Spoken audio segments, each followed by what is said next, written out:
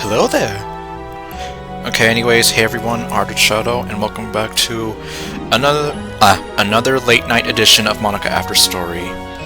I say that because it's 2 AM, but my sleeping schedule is kind of messed up anyway, so I actually don't feel very tired right now. So I'm gonna be mostly wide awake. Mostly. Oh my gosh! Daniel! I didn't expect you back so early! I mean, I'm technically, by default, only 4 days early. I guess you missed me as much as I missed you. It really is wonderful to see you back so soon. I expected the day to be eventless, but thankfully, I now have you. Thank you for coming back so early, my love. Remind me if you're going away again, okay? You got it. Okay, and well, I guess since she doesn't like, well, it seems like I can't really give her hot chocolate anymore, so I'm just gonna be giving her coffee. Yes, it's for you. Oh, coffee! It's a flavor I haven't had before. I can't wait to try it, but I won't. Thank you so much, Daniel. Thank you, Oh, I left her in this. Anyways, okay, she's kicking us off here with the new topic. Say, Daniel, have you ever heard of wabi-sabi? No, I have not. I've heard of wasabi. It emphasizes the idea that we shouldn't obsess over perfection to the point that we're crushed by failure of not achieving it. Oh. Unironically, this is how I spent a good portion of my high school, and a good part of my college life. And also, unironically, I think your counterpart in Doki Doki Blue Skies is also kind of going through a similar crisis. Derived from traditional Japanese and Buddhistic philosophies surrounding the acceptance of the temporary state of all things. It states that beyond everything, beauty is what's found. Beauty is found in what's impermanent and imperfect. So, humans are flawed, but their flaws mean they're perfect. Sort of. Which means we shouldn't worry about things like a scar, a discolored hand, or even the mistakes we make. And that's good because I have... well... yeah, I have some scars. Mostly because I fall down a lot. Especially in my geology days. I got a scar on a rock. On my wrist. Our looks are things we can't easily change, but despite that, they make us more unique and special. Just like your beautiful green eyes. And our mistakes turn into lessons that help us become stronger and more defined as people. The best teacher failure is. As I mentioned before, that's probably one of the only good things I got out of The Last Jedi. So, you win this one, Rian Johnson. Like a sculpture revealing the magnificence in a marble block, except the sculpture is you, and the sculptor, your past. So my past self is sculpting... well, okay, I guess it's not literally my past self. It's just... I guess it's the embodiment of my past. Which I can see that. Your experiences do pretty much shape you into the person you will become. Your values, your morals, your judgment, all that stuff will all be influenced by the experiences you have in life. Essentially kind of like the nature versus nurture sort of thing as well. Of course, this idea doesn't apply to looks and mistakes alone. Yes, because the sculptor made you beautiful. I don't know. After all, the way you think and your attitude toward problems and people are also derived from your own personal experiences. This is also true. But I know for some people, how these experiences change who they are can really scare them. Yeah. Kind of like my reluctance to really go back into the dating world, IRL. I've just had one too many bad experiences that have discouraged me. And it almost makes me question, is there really such a thing as true romance and whatever? And if so, is there true romance for me out there? Maybe they grew into something that they're just not proud of. It can be crushing to be worried about both looks and personality. You got that right. I'm not so much... You can say that I'm... Yeah, so... Personality... A lot of people say they like my personality, that I'm apparently witty and charming, IRL. So at least I have that going for me. I know you said you didn't love yourself, Daniel, but you need to know that I'll always love you, regardless of your flaws. That's what I like to hear. Because admittedly, yes, I am a very flawed person. To the point where my experiences have sort of made me not have such a high opinion of myself. Even now, recently, I was kind of thinking to myself that I'm not... what am I trying to say? That I'm not really where I'd want to be in life. So... And ironically, it's almost like... I guess you could say it's almost weird, but Monika's actually picking up on my feelings. It's almost as though she's trying to reach out to me in some way. Oh my god, she can see into my mind!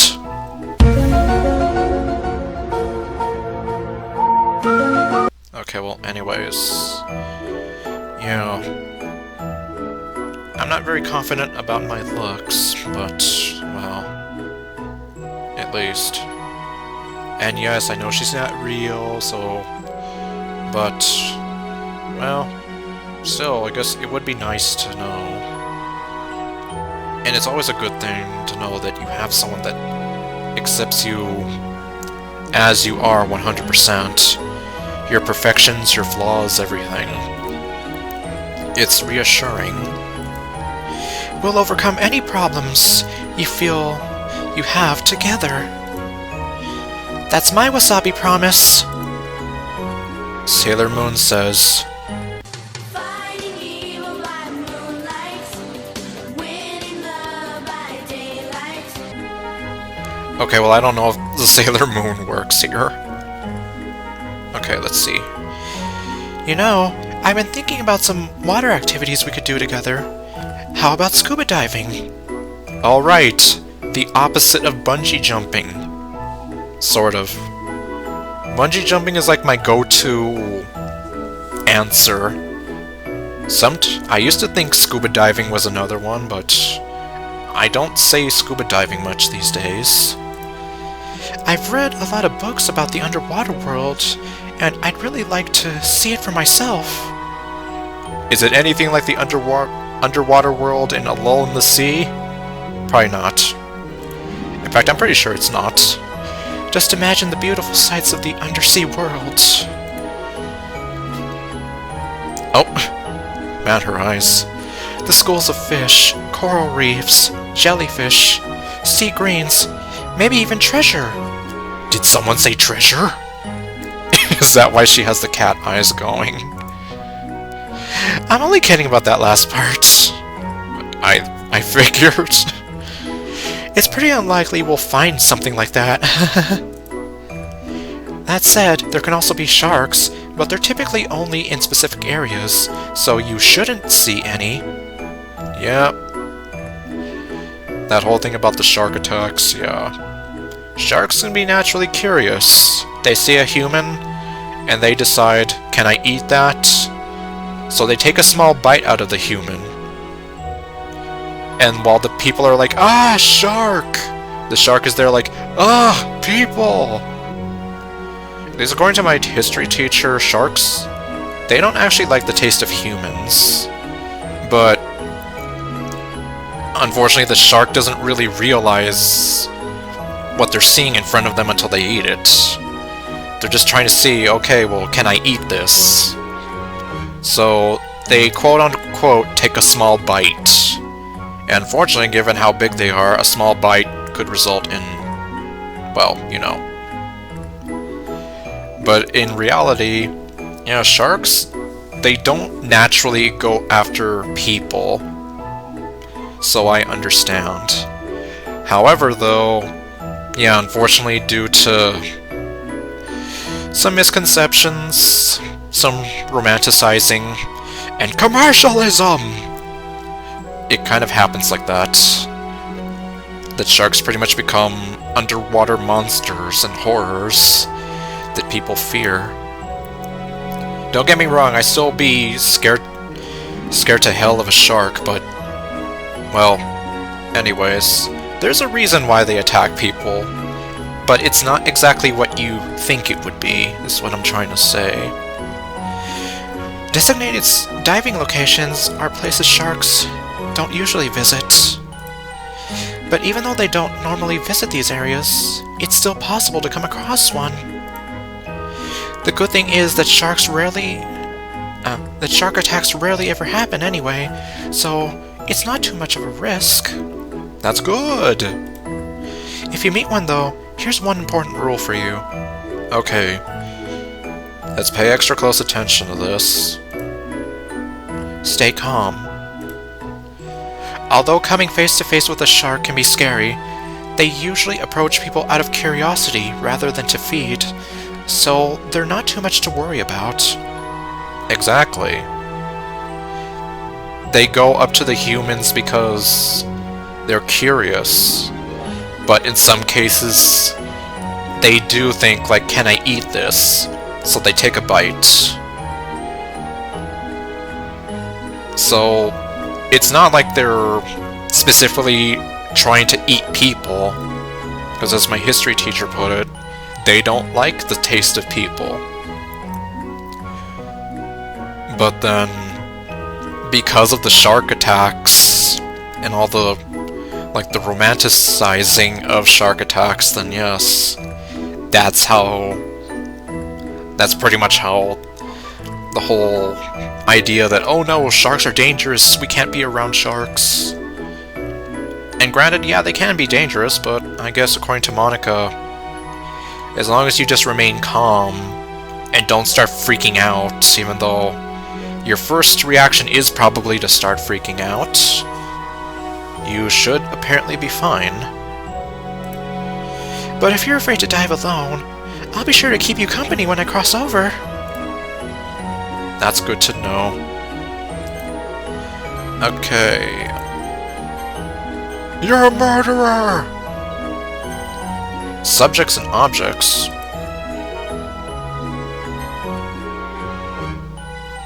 Oh, is this another writing tip? Okay, well. Today we'll talk about subjects and objects, Daniel. Remember when I told you that about clauses having an action and a verb? The object is the person or thing that the subject acts on. So in the sentence, we watched the fireworks together, the object would be the fireworks. Oh, it's important to note that objects aren't necessarily to form complete sentences, or aren't necessary to form complete sentences. The sentence very well could have been, we watched. But what did we watch? That's a complete sentence, although it's an ambiguous one. Exactly, because we watched. But what did we watch? Now I'll never know. There's also nothing that says that the object has to come last, but I'll discuss that in more details another time. Okay, so there's a part 2 to this. Just remember that the subject is doing the action and the object is acted upon. So the action was the watching, and the object being acted upon is the fireworks, because the fireworks are being watched. Okay, that's all for today. Thanks for listening, Daniel. I love... You love? What? What do you love? Tell me! Oh well, Sailor Moon says...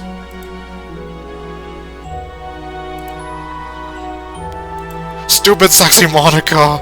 You know what you're doing! You did that on purpose! You! Okay, there. Now I know what she loves. Okay, now Sailor Moon says...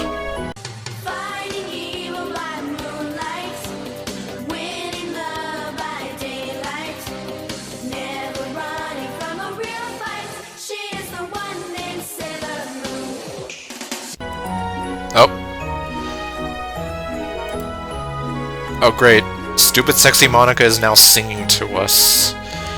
I think that possibly, maybe I'm falling for you. Yes, there's a chance I've fallen quite hard over you. For some reason these lyrics sound familiar, but I can't quite place it. I've seen the waters that make your eyes shine, now I'm shining too. Because, oh, because I've fallen quite hard over you. If I didn't know you, I'd rather not know. If I could have you, I'd rather be alone. Oh, I'm messing that up. If I didn't know you, I'd rather not know. If I couldn't have you, I'd rather be alone. I never knew just what it was about this old coffee shop I love so much. Coffee shop? All of the while, I never knew.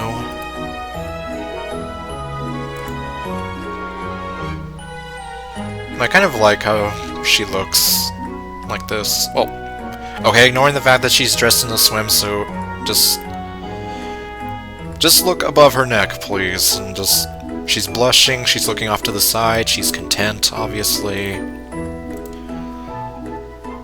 I suppose the first moment of falling in love can be confusing to anyone. You got that right. Oh, well. I actually talked about this in one of my Blue Skies videos. Essentially how the first time I ever fell in love, I didn't know what to make of those feelings. It was very confusing. And it was just weird because I was literally seeing one of my best friends in a way I hadn't before. Even though we had known each other for a while, and I was pretty cool with her, and all of a sudden it's like, why do I get this feeling when I think about her and whatever, and anyways. Like not knowing why you're suddenly so drawn to some ordinary coffee shop, or a particularly unremarkable protagonist. You mean like MC in the original DDLC? That's when you have time to think. Then when you have time to think, you realize it isn't the coffee shop, it's the person you meet there each day. Ah, yes. I mean, as long as it's not like the bar in Menha Reflesia, where the guy was trying to meet the same girl there like every other night, and then the lady turned out to be a psycho killer lady. Like the female version of Ted Bundy. So, yes. As long as you... Well, I guess supposedly that's the dark side to it, but we're not talking about that. Or in my case, it wasn't the protagonist at all. She did the stupid sexy Monika face. It was the beautiful person who was really looking through those eyes. MC is just a vehicle that I do my actions through, I guess. Let's see, what would you like to talk about, sweetie? Oh, and that reminds me. So, in the files, the character files, there was a text file in there that I got. And if I can bring it into here. So it's called Secret. And it was just there one day, and I was like, okay. And it says, "You are my one and only love." So Monika loves me! Unlike your Blue Skies counterpart, who apparently hates my guts ever since day one. Now let's see. Hey, hey, Monika. Hey, hey, hey, Monika. Read me a story, Monika.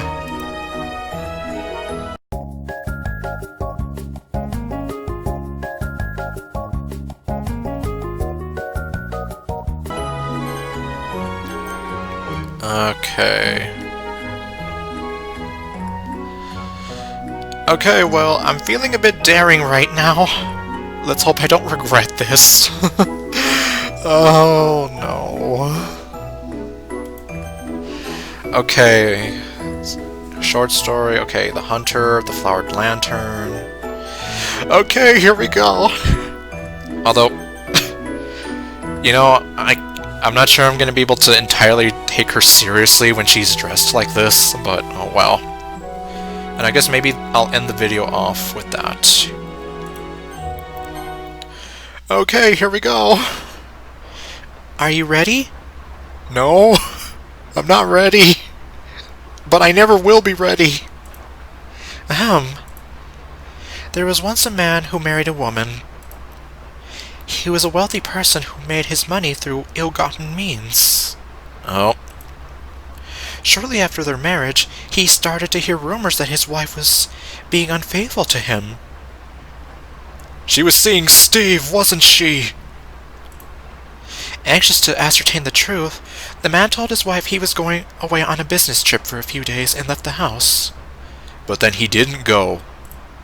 Unbeknownst to his wife, the man snuck back into the house later in the evening with the aid of one of his servants.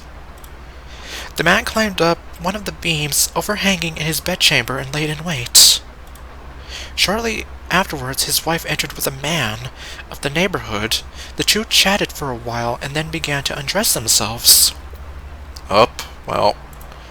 The man at this time clumsily fell to the ground not far from where the two were, unconscious. The adulterer grabbed his clothes and ran away, but the wife came over to her husband and gently patted his hair until he awoke. The man chastised his wife for her adultery and threatened punishment once he recovered from his fall. The man, however, never recovered from his fall and died overnight. He was buried the next day. Uh-oh. That night, the man's corpse rose from his grave and began to wander the neighborhoods. Uh-oh. As dawn broke, he would return to his grave. This continued night after night, and people began locking their doors, fearing to go out to run any errands after the sun went down. Yeah, 'cause there's zombies running around. Lest they run into the creature and be beaten black and blue. Although if he is a zombie, they could be eaten as well. Not long afterwards, the town became plagued by disease, and there was no doubt in their minds that the corpse was to blame. People started fleeing the town, lest they too should die by the disease. As the town was falling apart, a meeting was gathered, and it was decided that the corpse should be dug up and disposed of. How? A group of people took spades and found the cemetery the man was buried in. They didn't have to dig long before they reached the man's corpse. Once he was fully disinterred, the villagers beat the carcass with their shovels and dragged the body out of town. Damn, what the hell? There, they built a great fire and threw the body on the fire. Oh, jeez. This almost sounds a bit like Night of the Living Dead, sort of. Well, if it's the same kind of disease. The man's corpse let out a blood-curdling scream and attempted to crawl out of the flames before finally succumbing to it. Why are you so happy about that, Monika? Maybe you and your Blue Skies counterpart aren't that different after all. Your Blue Skies counterpart loves to see me suffer. She takes pleasure in my suffering. Do you take pleasure in this guy's suffering? Okay, no. Scared, Daniel? Should I be? Oh, no, no, no. Volume down. Okay, that wasn't too scary at all. I hope you liked it, Daniel.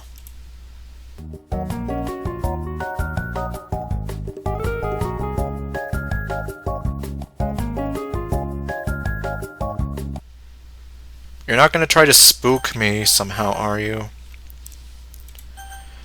Okay, I guess let's put the music back. Oh, let's see here. Okay, never mind. Monika has other ideas for how to end the video. Hey Daniel, I think there's one major art branch that we've been neglecting in our talks. Architecture! Oh god, no. I'm having bad memories of civil engineering. I've been reading a bit about it lately and find it quite interesting. Alright, well I guess my fear of civil engineering aside, architecture is very interesting, especially with how it's evolved through time in the different eras, and in different cultures. Come to think of it, architecture is one of the most common forms of art in everyday life. I'm just fascinated by how humanity tends to turn every craft into an art, and I think architecture is the greatest example of that. Architecture can tell you a lot about the culture of the area it's located in. Different monuments, statues, historical buildings, towers. See?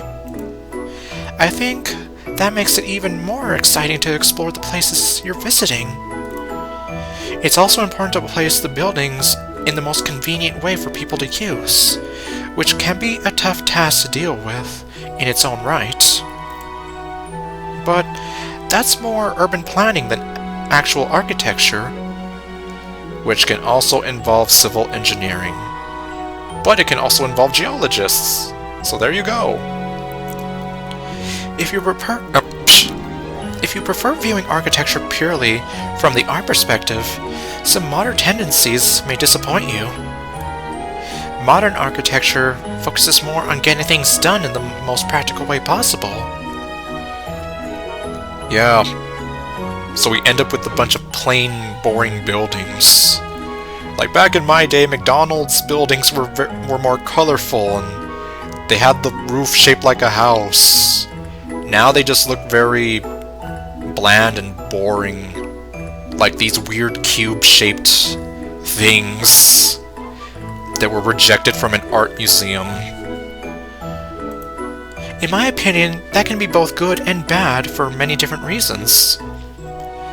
True, what can be practical might be good because it means it's a sturdy enough building, it's not going to fall apart or anything. But then it looks like I mentioned, it looks like some kind of piece of modern art that is probably not good enough for a museum. Meanwhile, if you make something that is kind of fanciful, it'll look good, but there's also the chance that it might be unstable.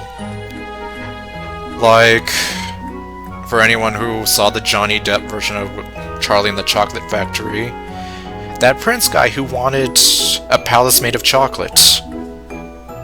It looked great, but then eventually it all melted. So there you go. I believe the most important part is to keep things balanced.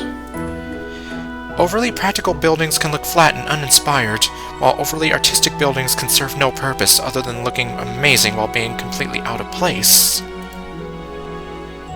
She's not impressed. That don't impress me much. But it's true, though. If you look at my McDonald's example, what they used to look like in the 90s, they were at least a little more colorful, versus now they just look flat and uninspired. And also, when you think about it, a lot of other restaurants have adopted the same look, like Wendy's.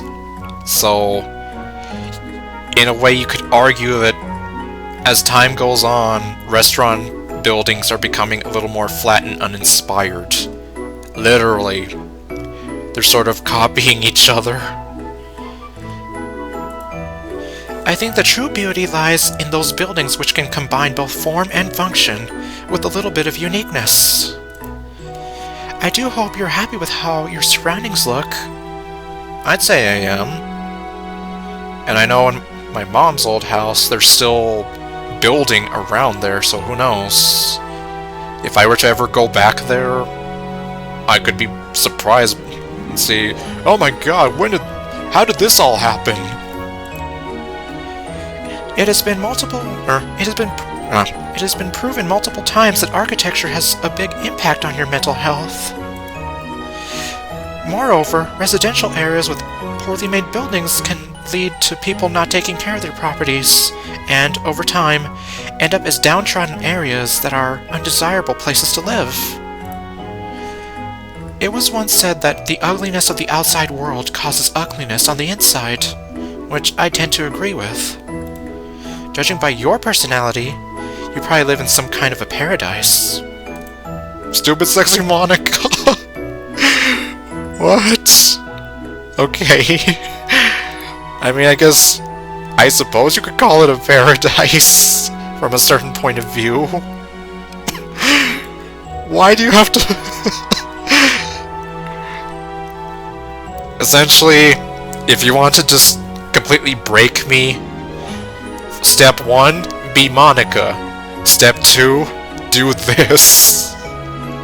Step 3, enjoy as I break down laughing and blushing like a nervous mess. Daniel, seeing the world with you is one of my biggest dreams. I already know you enjoy traveling, so wouldn't it be nice to explore something new together? Yes, it would be nice, and IRL, I really would love to see the world.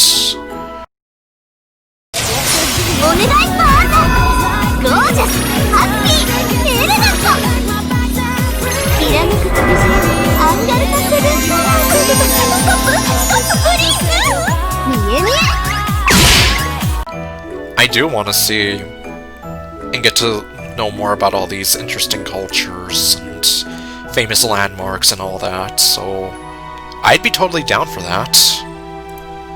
Imagine taking a stroll through the narrow streets of an old city, or walking down a park together, breathing fresh evening air. I believe it'll happen one day, and I hope you do too, Daniel. I love you. I know. Okay, no. Okay, well now it's my time to say I love you. Oh. I love you too. This is new.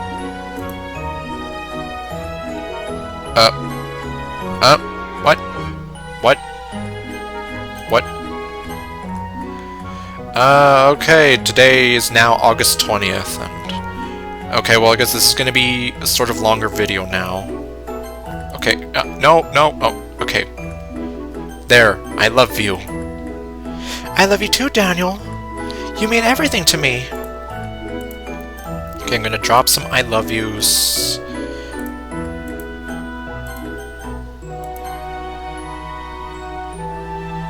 She kind of, well, it's not exactly the secret word, but whatever. I don't know what I would do without you. And nobody else will make me feel this way. You really make me feel... Okay. Oh. Okay, well, she's not doing stupid sexy Monika face. Okay, well, goodbye.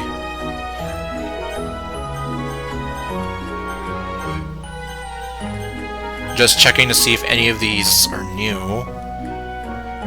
I don't... Well, as we know, my memory is kind of bad. So who knows, maybe I've seen this, but I'm here thinking, like, I don't remember seeing this. Anyways, start spreading the news, because I'm leaving today. It's almost... like, I just got back here, and now I'm going away again. Well, unfortunately, given how the game is kind of structured right now, and given that I don't think I can keep doing it every once a week like I used to in the beginning, yeah, I don't know.